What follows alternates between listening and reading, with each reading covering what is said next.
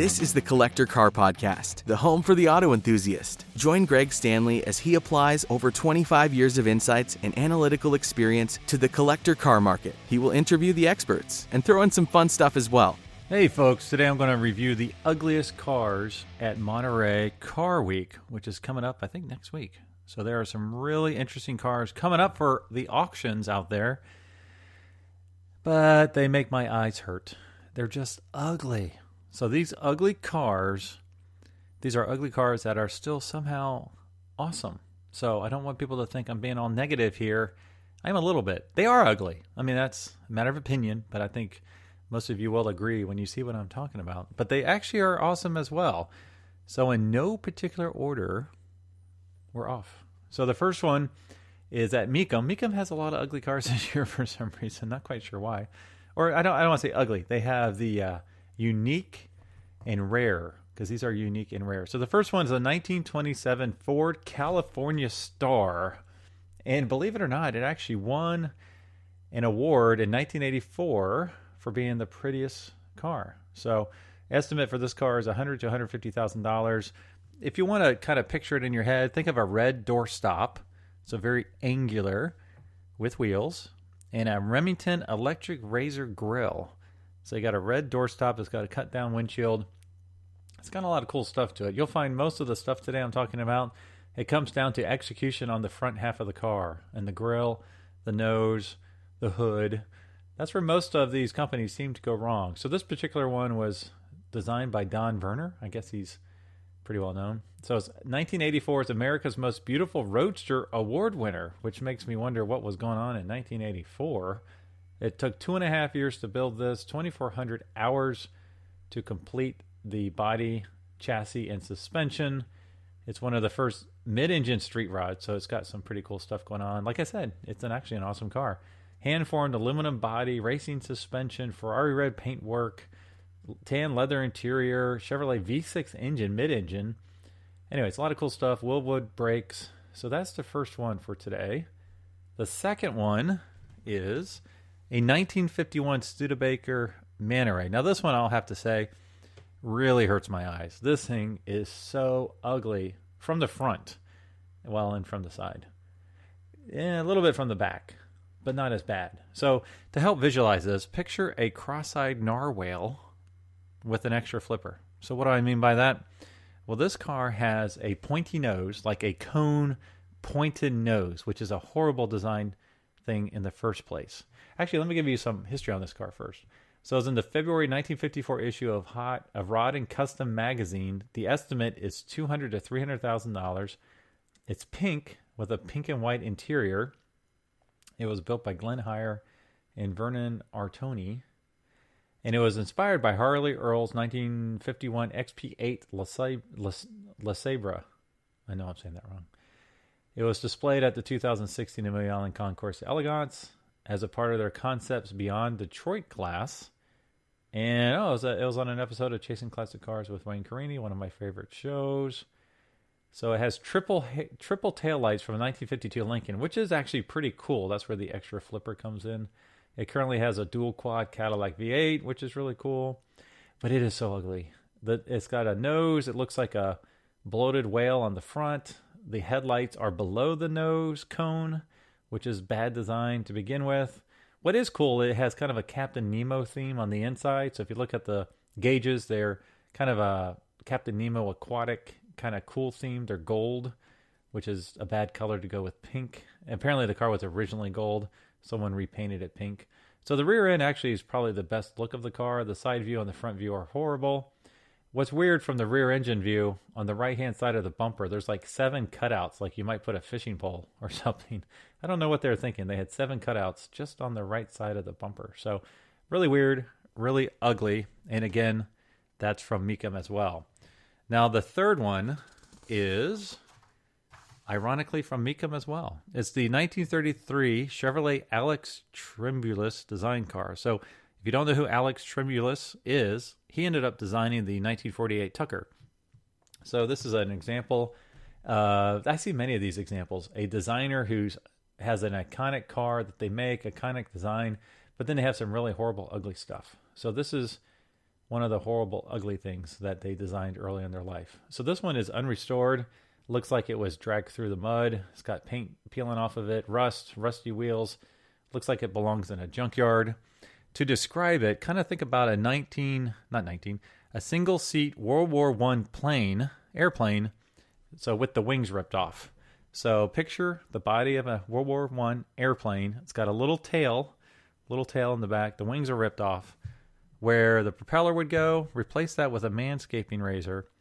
And like I said before, it looks like the whole thing's been underwater for 20 years. So really rough shape, but really rare. It's like the only one. He became a notable designer after this one. I can see why this one did not make him notable. It was displayed at the 1933 Chicago World's Fair. And they have some pictures of it with the designer, with the Auburn Corn Duesenberg chief designer, Gordon Burig. And let's see. It doesn't have a price on this one. So it'll be interesting to see what this one sells for. So that is the third one. The fourth one might be a little controversial because it is a high-performance car. I picked for the fourth one the 2016 Ariel Atom 3S Roadster. So if you haven't seen one of these, I would love to have one of these. Actually, I want the Nomad version. That's the off-road version. To go to Jay Leno's, he's done both of them, the Nomad and the Atom. They're super cool, super fast, super quick. But it looks like a macho hummingbird that mated with a shrimp. Now, if you're wondering what that means, I think it's a two-seater, but it has an exoskeleton. So you can see all of the tubing for the chassis on the outside. So you actually sit inside. So it looks like there's an exoskeleton. There are no door panels, so you can see your body from the outside. And it comes to a point. To me, points are always bad from a design perspective on any type of car. So that's where it comes in with the Hummingbird. And it's got big spoilers on the front and the back. There are the wings. And then I mentioned the shrimp because you can see the exoskeleton on it as well. Now, what's cool about these is that they're super fast. They're tremendously responsive. They only weigh like 3,500 pounds or 1,300 pounds. This one has a 365 horsepower, or I think it's a Toyota engine. I'm sorry, it's a 2.4 liter Honda motor with a turbocharger. So 0 to 60 in under 3 seconds. So great, awesome car. $100,000 is what these things cost new. They do hold two people.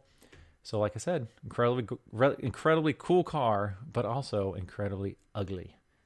Now, I think that was the fourth. The fifth one is a 1953 Allard J2X Le Mans.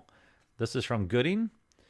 Now, I love, if you've listened to my podcast in the past, I love Allards. I actually found one here locally in Cincinnati that sold on Bring a Trailer, or it did not sell on Bring a Trailer, but was bidded up to like $90,000. That was really cool finding that one. So you can go to my Instagram page at the Collector Car Podcast and scroll back, and you'll see it before it was public when it was still in barn find state. The other cool thing about that visit is I found a logo from an emblem from an AC Cobra, an original AC Cobra, was in that shop as well, and it belongs to a particular barn find Cobra I know about, and both of them. So it's funny, I ran across the barn find Cobra. That is still a barn find anonymous, keeping that quiet. But then I ran across the emblem from the Cobra because it was in an accident, and so the guy in 1971 picked this thing off the ground and put it on his toolbox. So you can see the emblem of the Cobra on my homepage at the Collector Car Podcast. That is on that barn find Cobra. One day maybe I'll mention. So anyways, getting back to the Allard, this one is a J2X Le Mans racer. Estimate is $450,000 to $600,000. Let me take that back. 80% of this car is awesome. Like the back, the side, the interior, the engine. The interior is actually really nice, except for the ugly brown carpet. It's just classic, beautiful Allard. Where this one goes all wrong and sideways is the hood bonnet. And I say bonnet because it's from England. And it is just wrong. It's big, it's bulky. It looks like it's pug nose, a long hood. It's asymmetric with like a goiter profile. Now what I mean by that is on one side, they actually have the spare tire inside the hood. So you have this horrible bump to make room for the spare tire coming out of the hood. So it looks like a goiter. And it's a long hood on a short wheelbase car. Looks really bad. But everything behind the hood is absolutely gorgeous. And this one has a 331 cubic inch Chrysler Hemi V8 engine, which is probably factory correct. They had Chryslers, they had Cadillacs, and a couple, I think they even had some Ford flatheads back in the day. So that is, I think, my 5th one. Now my 6th one and my last one, I do have a couple runner-up honorable mentions for this Fright Fest, is a 1952 Seata 208 CS 2+2 Berlinetta with coachwork by some Italian guy, Bertone. So this one, most Seatas are gorgeous. And again, this one is actually 98% gorgeous. The interior is like a light yellow with a dark blue stripe on the top that covers the hood. Gorgeous interior. I would like to say that this is kind of like a Seata Butterface. It's a gorgeous car that was kind of hit with the ugly stick in the grill. So picture Sonny's nose on Cher's face is kind of the gist of it. Gorgeous car, except for the grill just sticks out about 3 inches too far, and it's an ugly grill. So if I owned this car, estimate on this car is $850,000 to $950,000. You know, if you can afford this car, you can afford a lower profile grill. So that's what I would do. You know, build it by hand, spend, I don't know, $3,000 on it, and you have got an absolutely gorgeous car. This one has the V8. I think it has it. Yeah, Italian V8 power, which is really cool. It's a one-off creation. It was shown at the New York and Paris motor shows. 4-speed, only 125 horsepower, but this is back in the day. So it's a really nice twin Weber carburetors, all alloy V8 engine. Super cool. So as I said, those are my top 6 for the ugly cars at Pebble. Some of the runner-ups, there's actually 3 runner-ups. I'll go, actually still no particular order. There's a 1948 Willys Jeepster Pro Street Roadster at Russo and Steel. Jeepsters, in my mind, are weird and quirky to begin with. I think the Pro Street Roadster actually made it look a little bit better, but it's still ugly. The 1947 Delahaye 135 MS Cabriolet. This one, again, is gorgeous, but it has a snout on it that you wouldn't believe. It looks like, again, another narwhal, which is interesting. And then the McLaren Senna. I just think this is an ugly car. Every picture I see of it, it looks ugly. The proportions just aren't right visually. I'm sure they're correct for racing on the street. It seems to look really good in dark colors. If it's going to look good in anything, the lighter the color, the worse it looks in my book. But what do I know? So thanks again for joining us this week. This is the bonus one.